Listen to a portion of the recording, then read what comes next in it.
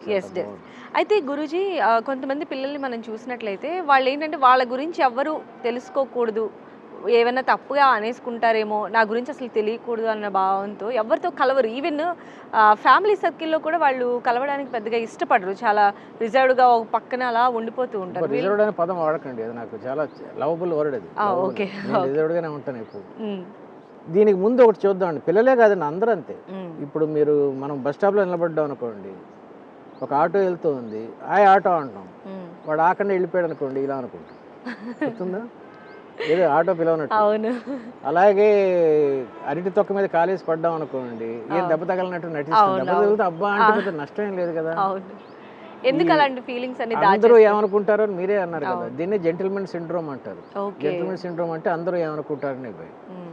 దీనివల్ల వచ్చేది 2 రకాలండి. ఇంట్రోవర్ట్ అంటే అవసరం ఉన్నా మాట్లాడలేడు. హ్మ్. ఇంటికి బంధువులొస్తే తన రూమ్‌లోకి వెళ్ళిపోతాడు. హ్మ్. ఇదంతా కూడా మళ్ళీ పేరెంటింగ్ తప్పేనండి. ఓకే. వాడిని పరిచయం చేయటం, వాడితో కాఫీ తెప్పించి ఇప్పించడం ఏమైనా చేయరు. హ్మ్. వాడేదో వాడి రూమ్‌లో ఉన్నాడు కదా!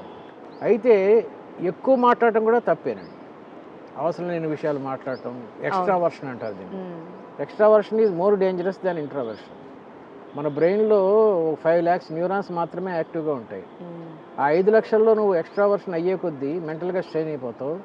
చాలా న్యూరాన్స్ వేస్ట్ అయిపోతూ ఉంటాయి. హ్మ్. అలా కాకుండా మీరు ఎప్పుడన్నా సైంటిస్టులను గానీ, పెద్ద పెద్ద వాళ్ళని గానీ చూస్తే రాజకీయ నాయకులు కూడా అవసరమైనప్పుడే మాట్లాడతారండి. హ్మ్.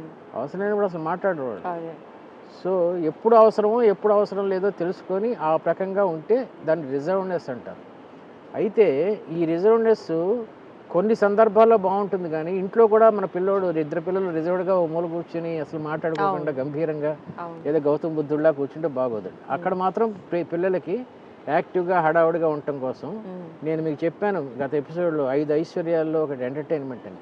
హ్మ్. పేరెంటింగ్ గురించి కూడా మీకు చెప్పాను గుర్తుంది. పీ స్టాండ్స్ ఫర్ ప్రేయర్, అవును. Are stands for recreation, A stands for accessibility, ఈ స్టాండ్స్ ఫర్ ఎంటర్‌టైన్‌మెంట్ అని చెప్పాను. హ్మ్. ఎడ్యుకేషన్ అని చెప్పాను. ఆ ఎడ్యుకేషన్, ఎంటర్‌టైన్‌మెంట్‌లోనే ఈ క్యారమ్ బోర్డు, టేబుల్ టెన్నిసు, ఇంట్లో ఓకే. ఆడుకోవటం. ఓకే. ఇంట్లో ఫాదరు, కొడుకు కూడా అదేదో ఇలా గీతలు వేసి కుంటికాలతో నడుస్తారు. ఏం ఆట అంటో అది నాకు గుర్తులేదు. అది కూడా ఆడుకోవచ్చు సరదాగా. ఓకే. కాబట్టి ఇట్స్ ఆల్ ఫన్.